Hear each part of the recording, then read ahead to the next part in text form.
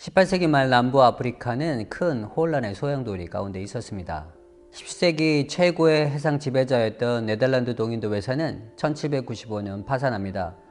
같은 해 나폴레옹은 네덜란드를 침략해서 프랑스화된 정부를 세우는데 그 국가의 이름이 바타비아 공화국입니다.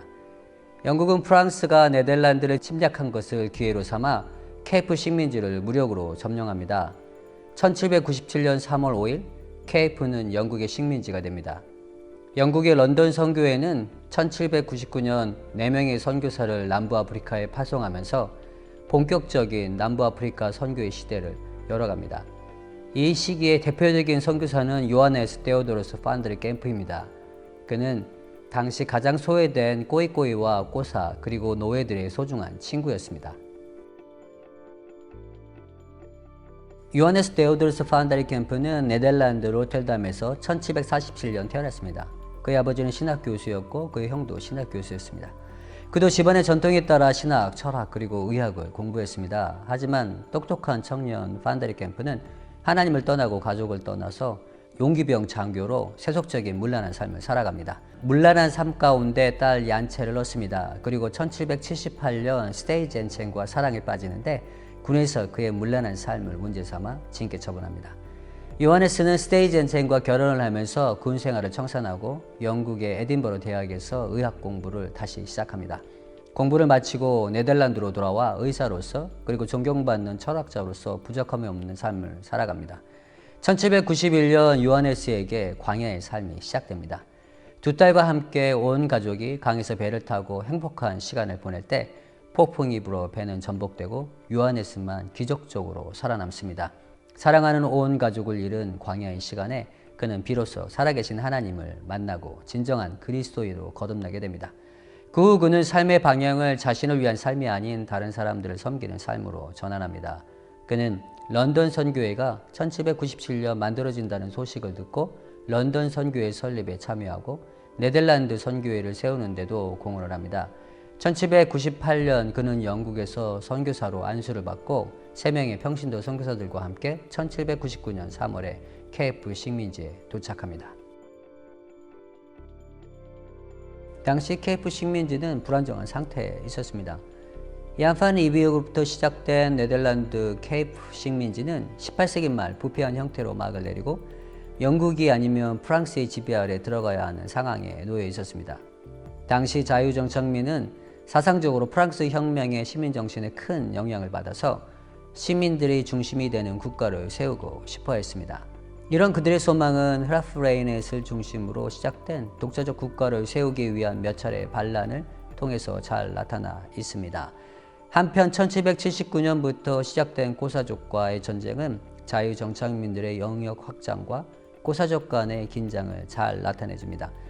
케이프에서 요하네스 선교사의 사역은 바쁘게 진행됩니다. 1799년 4월 남부아프리카 선교회가 만들어지도록 협력했고 5월에는 그레이피쉬 강을 넘어 은끝기가 추장의 땅에 들어가 고사족을 위한 사역을 시작합니다. 당시 주된 사역의 대상자들은 10살에서 15살 고사 아이들이었습니다. 그의 1년의 사역으로 부추장 다이아니 쭈아찌는 회심하고 그리스도인이 됩니다. 그는 추장으로부터 양크하나라는 이름을 얻습니다. 그 뜻은 대머리 남자라는 뜻입니다. 백인 선교사를 향한 고사족의 적개심도 만만치 않아서 그는 1년 만에 사역을 그만두고 돌아올 수밖에 없었습니다.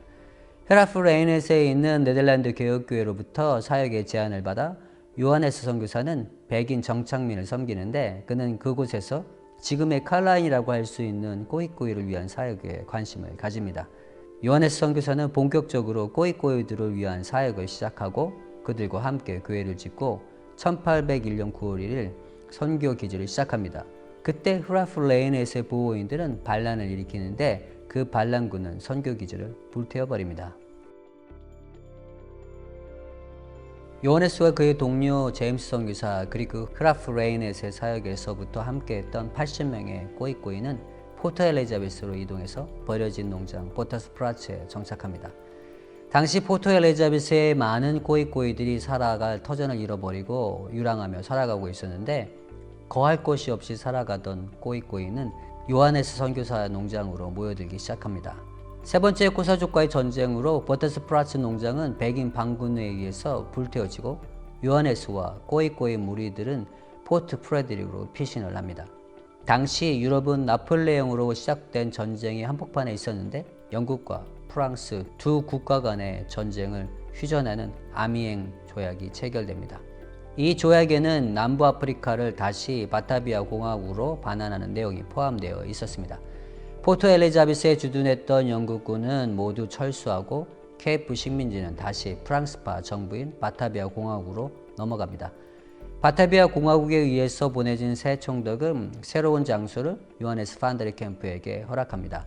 바로 그곳이 베델스트로프 선교 기지입니다. 1803년부터 본격적으로 시작된 베델스트로프 선교 기지는 꼬이꼬이, 고사족의 병원이 되었으며 그들의 은신처가 되었습니다.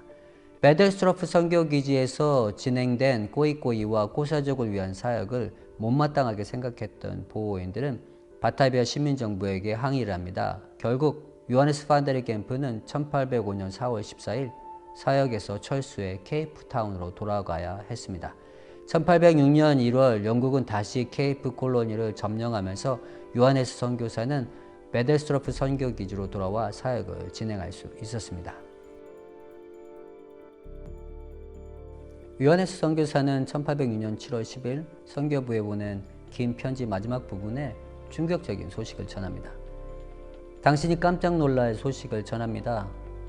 15년간 홀로 지내왔던 나는 현지 원주민과 결혼을 했습니다. 그녀의 어머니는 마다가스카르 원주민입니다. 나는 하나님의 뜻을 구하고 하나님의 뜻을 따라서 움직였다고 믿고 있습니다. 그리고 이 결혼이 선교 사역자로서 나에게 장애물이 되지 않았으며 나의 아내는 하나님이 나를 보내신 곳 어디든지 함께할 것을 온전히 헌신했습니다. 이 소식은 두 가지 관점에서 충격적인 소식이었습니다. 첫 번째, 신부가 14살 어린 나이의 소녀였다는 것입니다. 당시 요하네스의 나이는 57세였고 신부는 14살이었습니다. 남부아프리카 선교에서 중요한 역할을 담당하고 있었던 스쿤버그는 런던 선교회에 편지를 보내 당시 케이프 식민지 안에 있었던 그를 향한 비판을 간접적으로 드러냅니다. 판데르캠프 박사는 노예 소녀와 결혼 생활에 들어갔습니다. 그녀의 나이는 이제 겨우 13살하고 6개월입니다. 두 번째는 그녀가 노예였다는 것입니다. 요하네스는 자신의 조카에게 편지를 보내서 그녀에 관해서 자세히 설명을 했습니다. 그녀의 아버지는 모슬렘 이맘이었으며 그녀도 모슬렘이었지만 하나님이 그녀 안에서 선한 일을 시작했다고 전했습니다. 또한 그녀와 그녀의 가족을 위해 지불한 금액을 밝히는데 당시 화폐로 8,000 더치 길더였습니다. 현대 금액으로 환산하면 약 1억이 넘는 액수입니다. 요하네스 선교사가 왜 어린 노예 소녀와 결혼을 했는지는 아직도 풀리지 않는 의문점이 많이 있습니다. 하지만 그의 일기를 통해서 그의 의도를 짐작할 수는 있습니다. 당시 많은 사람들, 심지어 신실한 그리스도인이라 불리우는 사람들도 노예에게 세례 주기를 꺼려했습니다. 그 이유는 법적으로 세례를 받은 노예를 세례받지 않은 주인에게 판매할 수 없었기 때문이었습니다. 화란교역교회에서 사역을 할 때 요하네스 선교사는 수잔나라는 한 노예에게 복음을 전합니다. 그녀는 세례를 받기를 원했고 그녀의 주인은 신실한 그리스도인이었기 때문에 가능한 일이라 생각했습니다. 하지만 주인은 그녀가 세례받는 것을 허락하지 않았습니다. 세례받은 노예를 세례받지 않은 주인에게 판매하는 것이 금지되어 있어서 그녀가 세례를 받으면 세례받은 교인에게만 판매할 수 있었기 때문에 판매할 곳이 줄어들어 그녀의 몸값이 떨어지기 때문이었습니다. 1801년 9월 16일 일기에 그는 다음과 같은 글을 남깁니다. 수잔나는 내게 찾아와서 소식을 전했다. 그녀의 주인은 그녀를 위해서 우리가 몸값을 지불한 후 세례를 주고 자유롭게 풀어줄 수 있다고 했다. 하지만 우리는 그것이 다른 사람이 따를 수 있는 좋은 예가 아니라 판단했다.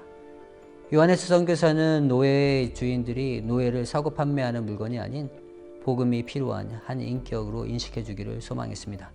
당시 많은 신실한 그리스도인들이 노예 제도에 대해서 과감한 결정을 내리지 못하는 모습에 요하네스 선교사는 마음이 아팠습니다. 그는 결국 사역자로서 사역을 하면서 받았던 모든 수입을 털어 한 노예의 가족을 몸값을 지불하고 자유롭게 풀어줍니다. 요하네스 선교사의 아내가 된 사라 얀센은 결혼 후 3년이 지나서야 세례를 받습니다. 한 인격이 인격적으로 예수님을 구주로 인정할 때까지 기다려준 것입니다.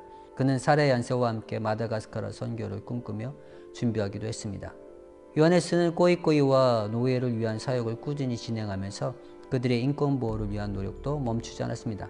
1811년 그는 백인 정착민 17명을 노예와 꼬이꼬이 살해인 혐의로 법원에 고소하였고 그 결과 순회 법원이 만들어졌습니다. 조사 결과는 증거 부족으로 대부분 가벼운 형벌로 끝났지만 그 이후로 노예와 꼬이꼬이를 보호하는 법적 제도가 마련되었습니다. 1811년 12월 15일 하나님의 부르심을 받을 때까지 그는 아프리카 땅에서 가장 소외된 자들, 노예와 꼬이꼬이 그리고 꼬사족의 친구였습니다. 마약간에는 초기 꼬사 기독교인을 부르는 명칭이었습니다. 이 마약간에는 마와 야간에로 구분할 수 있습니다. 야간에는 요하네스 선교사의 꼬사 이름인 야크한나를 의미합니다. 마는 복수를 뜻하는 꼬사오 아마에서 나온 단어입니다. 마약간의 의미는 요하네스 파안데르 캠프의 사람들이라는 의미입니다. 그의 영향력은 상당해서 최초의 아프리카인 기독교 지도자라 할 수 있는 은치카바 가바에게, 최초의 남부 아프리카 목사였던 티오소가에게, 그리고 최초의 꼬사 선교사로 말라위에 갔던 아이삭 와우초페에게 영향을 주었습니다. 그 영향력은 단순히 그가 전했던 설교에서 나오지 않았습니다. 복음으로 직접 살아가는 삶에서 생명력이 넘치는 영향력이 흘러나온 것입니다. 가난하고 소외된 자들의 실질적 필요와 아픔을 이해하고 그들을 위해서 자신을 깨는 삶이 폭포수같이 넘쳐 흐르는 예수님의 사랑의 온전한 통로가 될 수 있었습니다. 행함이 없는 믿음은 죽은 믿음입니다.